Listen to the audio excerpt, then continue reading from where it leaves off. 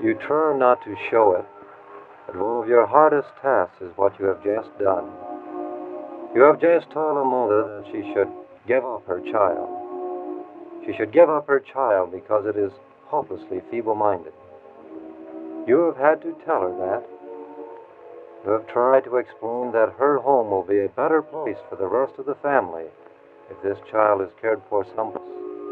I've seen many of these disappointed, anguished parents, and you wish you could offer them some kind of reassurance about the children.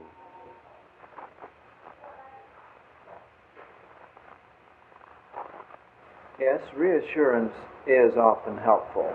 Direct knowledge is even better. There are thousands of mentally deficient children in Iowa. There are 3,000 right here in our 2 state-owned institutions. And this is only about 10% of the known cases in the state. To find out why the doctor in our opening scene felt as he did, let's look in on one of our state institutions for the mentally deficient children, the one at Glenwood, Iowa. The Glenwood State School is located in the southwest corner of Iowa in Mills County. It was in 1876 that the state of Iowa first dedicated this institution to the care and training of those who were then called feeble-minded. In those early years, there were only about 300 mentally deficient children living on those grounds.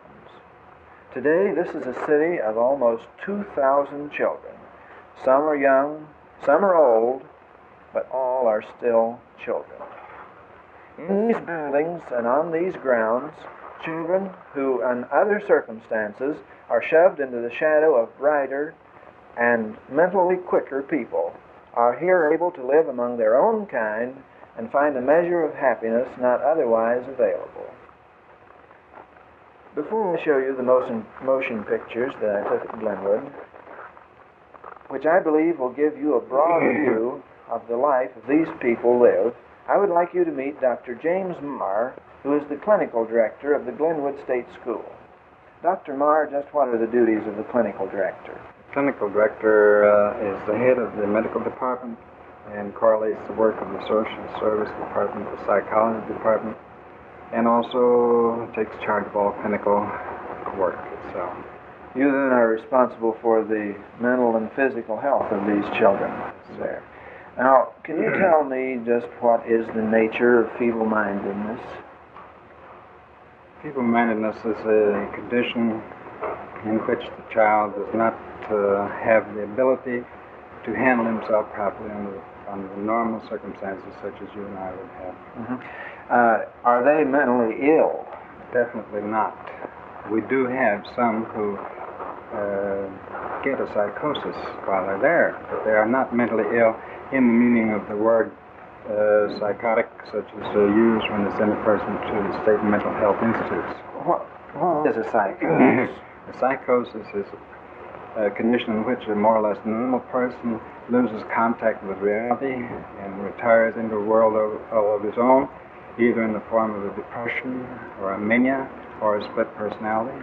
A person who was of normal mentality at one time. Exactly. There are a few feeble-minded people or mentally retarded who develop psychosis. And you correct yourself between feeble-minded and mentally retarded there. Is there a difference?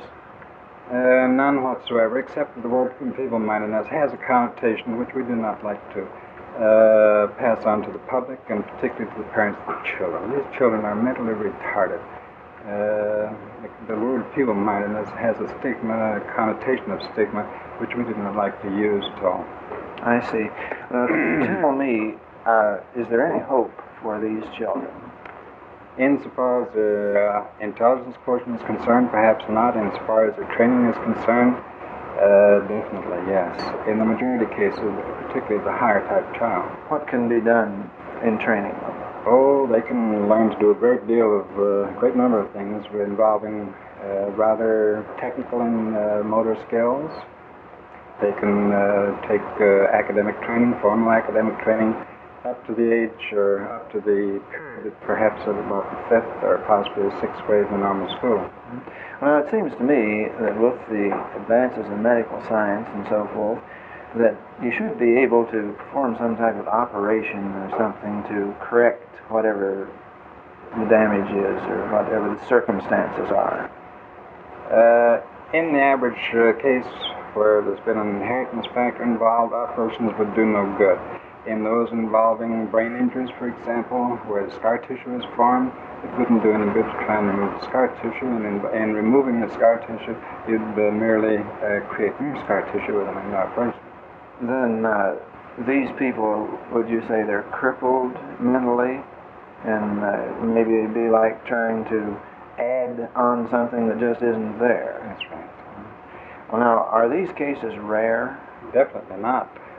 1.5% of the population, taken as a national average, is feeble-minded or mentally retarded. 1.5% of the population is definitely not a rare condition.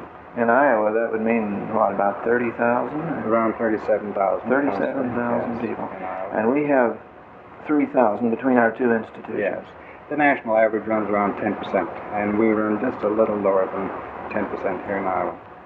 Well, these who are institutionalized, then, how long are they there? It depends a great deal upon the individual.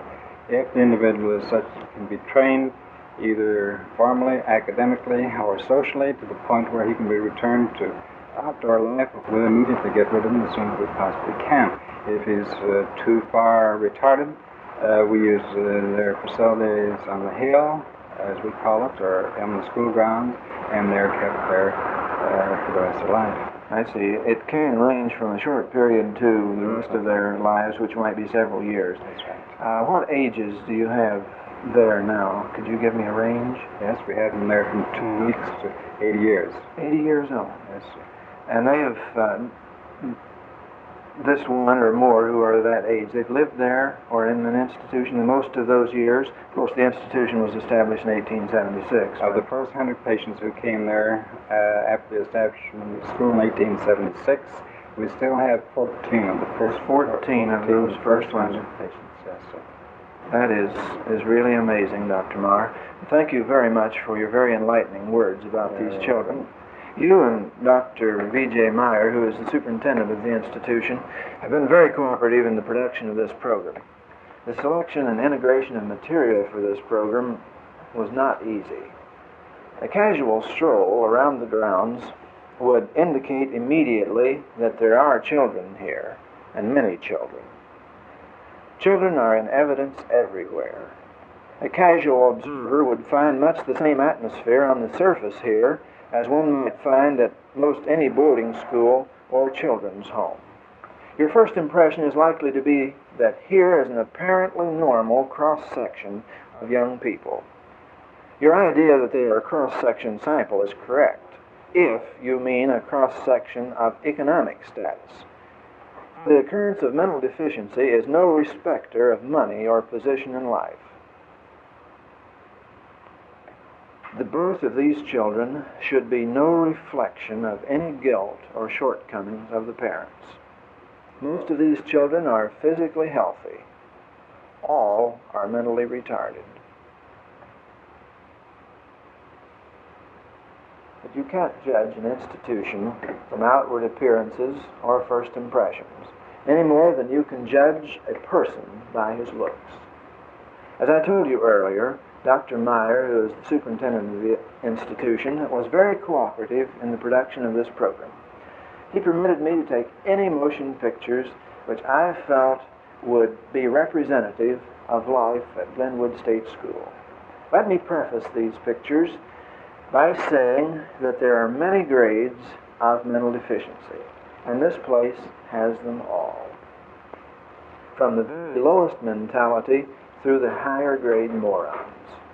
Speaking in terms of IQ, these people range from 0 Yes, 0 through 70 in terms of intelligence quotient. These are not patients. They are not mentally ill in terms of psychosis. Their mentality is limited. They are mentally deficient. Many can take care of themselves. Many cannot. Those who are more capable help those who are less able. You will notice in these pictures that they're paired off, and each person has a definite responsibility for another less capable person.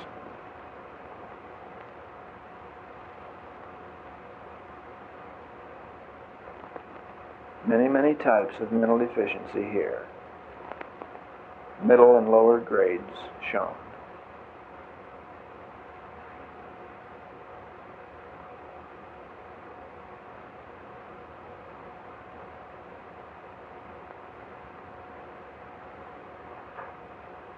As you might notice, some of these are blind and otherwise deformed.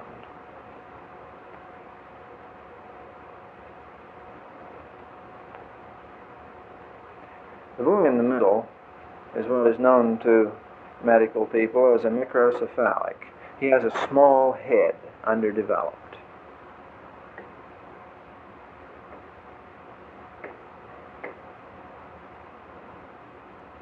You'll notice that some of these children have to be tied in their chairs to keep them from falling out. They cannot take care of themselves.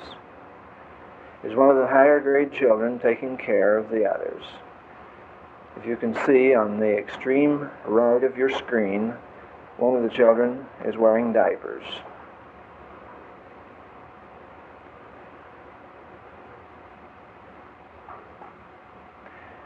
This was made in the spastic ward. There are spastics here, but only mentally deficient spastics.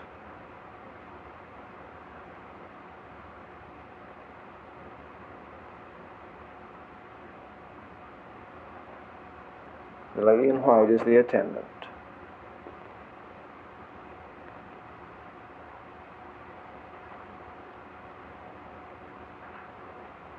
This picture was moved on the porch of the infirmary, where some of the lower grade men and boys, all called children, are kept.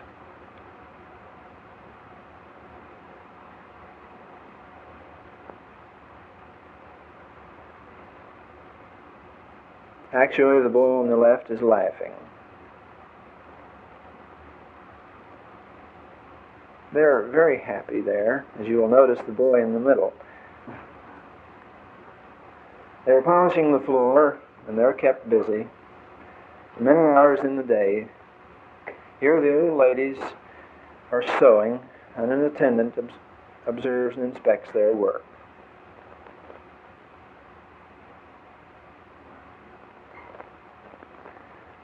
Another form of entertainment for these people is to watch television. The girl to the right of the television set owns that set. There are about 14 sets in the institution. It isn't a pretty picture, is it? But being among their own kind, those who have mentality enough to know the difference are not unhappy. There are opportunities for as much learning as the child can absorb. There's no rush. There's plenty of time here. Many can learn basic, normal activities if given enough time and treated with patience and kindness. This little girl is 4 years old, and she is just learning to walk. In about 2 years, she will probably know how.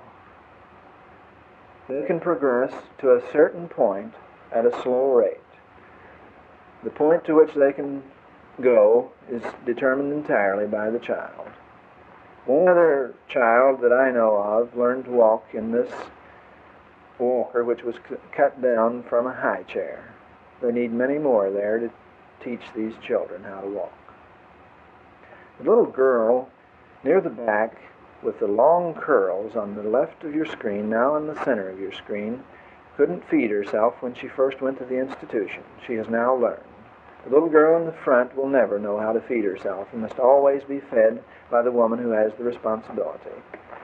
Food is prepared in very clean kitchens here, And children help with the preparation of the food as part of their chores in this nice kitchen. They also have chores such as in the garden. You cannot fit these children into any one classification. Many of them could get along in normal society, and many do, after their training here. Others find the fast pace and competition of normal society frustrating and must find refuge among their own kind. A school which is geared to the needs of these children is operated at the institution. Here you see the opening exercises.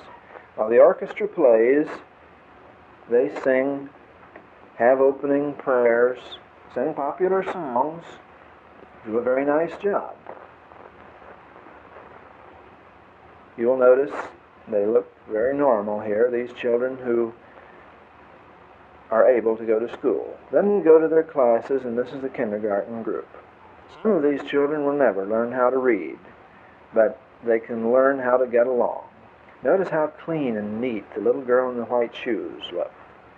She has an older girl who takes care of her in the cottage, prepares her for school. The classes are geared to the individual needs of the children. They learn as much as they are capable of learning. The top is about the 5th grade. Many do not go that far. Some, as I said, never learn to read, but they can learn various skills, and often do, such as weaving, rugs. These things they make are sold at a bazaar at the Glenwood School each fall. Another activity is the making of dresses. Each child is fitted to dresses. The dress is made for the child. They learn how to operate power tools and just as many skills as they are capable of handling.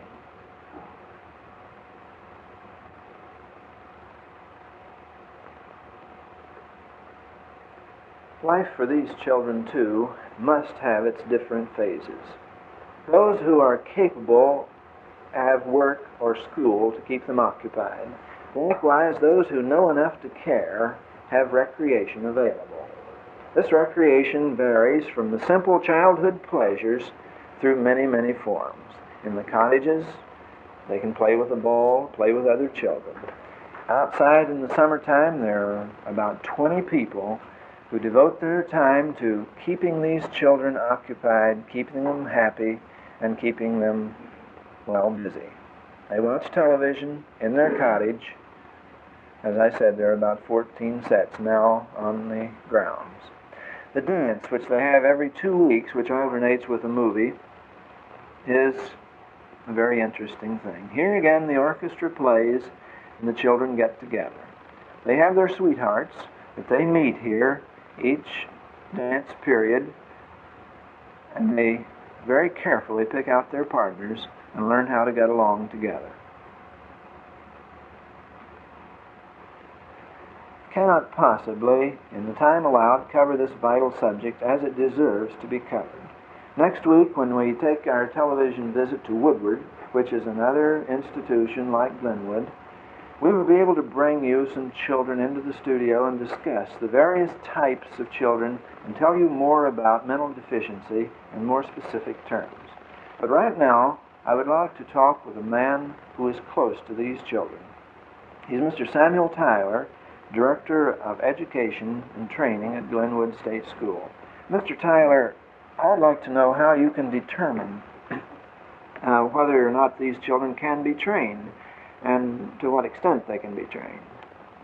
Well, when they are first admitted to the school by a procedure which is through a certain department, then they are taken to the hospital for a short period, and a staff conference by physicians, psychologists, and various members of the staff studies the child's case very carefully, and the child appears before that group. And from that information, we find out enough to know where he's to live on the institution, and we recommend what we think would be his best plan for training. And later on other conferences, we follow up, trying to work out an individual plan for each child. Now, you said that try to determine where he should live on the grounds. Are they separated according to types and so forth? As much as we can, as much as possible, trying to get people together who actually belong together. Well, now, what about these older and better equipped, shall we say, children who take care of the others? Do they just go over in the daytime as a work detail to care for these lower grade children? In some cases, they do. Now, to get back to our school and training, how many of the 2,000 children at the school, speaking generally, are in the regular academic work? Approximately 300 are in the academic school throughout the year, but that's not a constant number. It fluctuates considerably. How many are able to finish each year? Well, they actually don't finish in that sense. They just drop out, is that? They drop out when they reach the point where the value of that academic training becomes less than some other specified work might be. What do you do when they have reached their capacity in the school? Then we assign them out to various activities on the campus. That is, out to the farm among the boys, or in the kitchens, or in the dormitories, or places of that nature. Do you feel that that work is helpful to them as well as their academic work? We feel that's very helpful because there they learn responsibility and acquire some specific skills which may be helpful to them, whether they live there the balance of their lives or whether they go out and become self-supporting. You say they go out and become self-supporting. What is your method of placement? Can you place these children? Yes, we place some of them. We must have a place where they will be properly supervised, and we must have a place where the work that they'll be required to do is not too difficult for them, and where we can have reports on them. Many of them go to nurses' homes, for homes for old people. I have 2 children at home. Supposing I needed someone to help my wife with the work around the house, could I get one of these children? You might, after a thorough investigation. What would they be helpful? They would definitely be helpful. We would not like to have anyone go out that could not be helpful to wherever they might go. Now, I'm amazed to find that there are so many children of this type in the institution and even out of the institutions, and I'm sure that a lot of people are going to want more information. Is there any way they can get information from the school? We have some printed information in general terms, but of course people are always welcome to come, and especially groups. If they would write to Dr. V.J. Meyer, our superintendent, he would be glad to have them come and would arrange for a member of the staff to talk with them and to take them around and show them the institution. You actually encourage those Yes, visits? we do that. Will they be able to take a tour of the grounds and at these demonstrations and so forth about the types? Yes, they can tour the grounds, and perhaps one of our staff physicians will even sometimes show types to them. And we have other plans now which may make it even easier to do that. Would you like to tell us anything of your impression of these children? I know when I was there, you seem to be all over the grounds and know all of them. How do they feel? How do they act and so forth? Well, Mr. Stewart, they're just like other people. They have the same basic urges as anyone has. They like to have somebody like them. They like to be noticed. They crave affection. They crave attention. And there are some very wonderful children there. We have some who are not so wonderful, but where is there a place where that isn't true? But there are children there just as lovable as any children I ever knew any place, and I've worked with children for many, many years. Well, my impression after several days at the institution was that the children are happy and well cared for. They're free from frustrations and demands of society, which is not geared to their needs. I feel that therein lies the reassurance that parents of mentally deficient children are seeking. A child is not being neglected or discarded if it is placed in a public or private institution which is geared to its needs. As evidence of what can be done, there are 24 children here in the studio from the Glenwood State School. They are musicians. They have learned to read music and to play their instruments since they have been in the school. To show you what can be done, we bring you these children now with a number.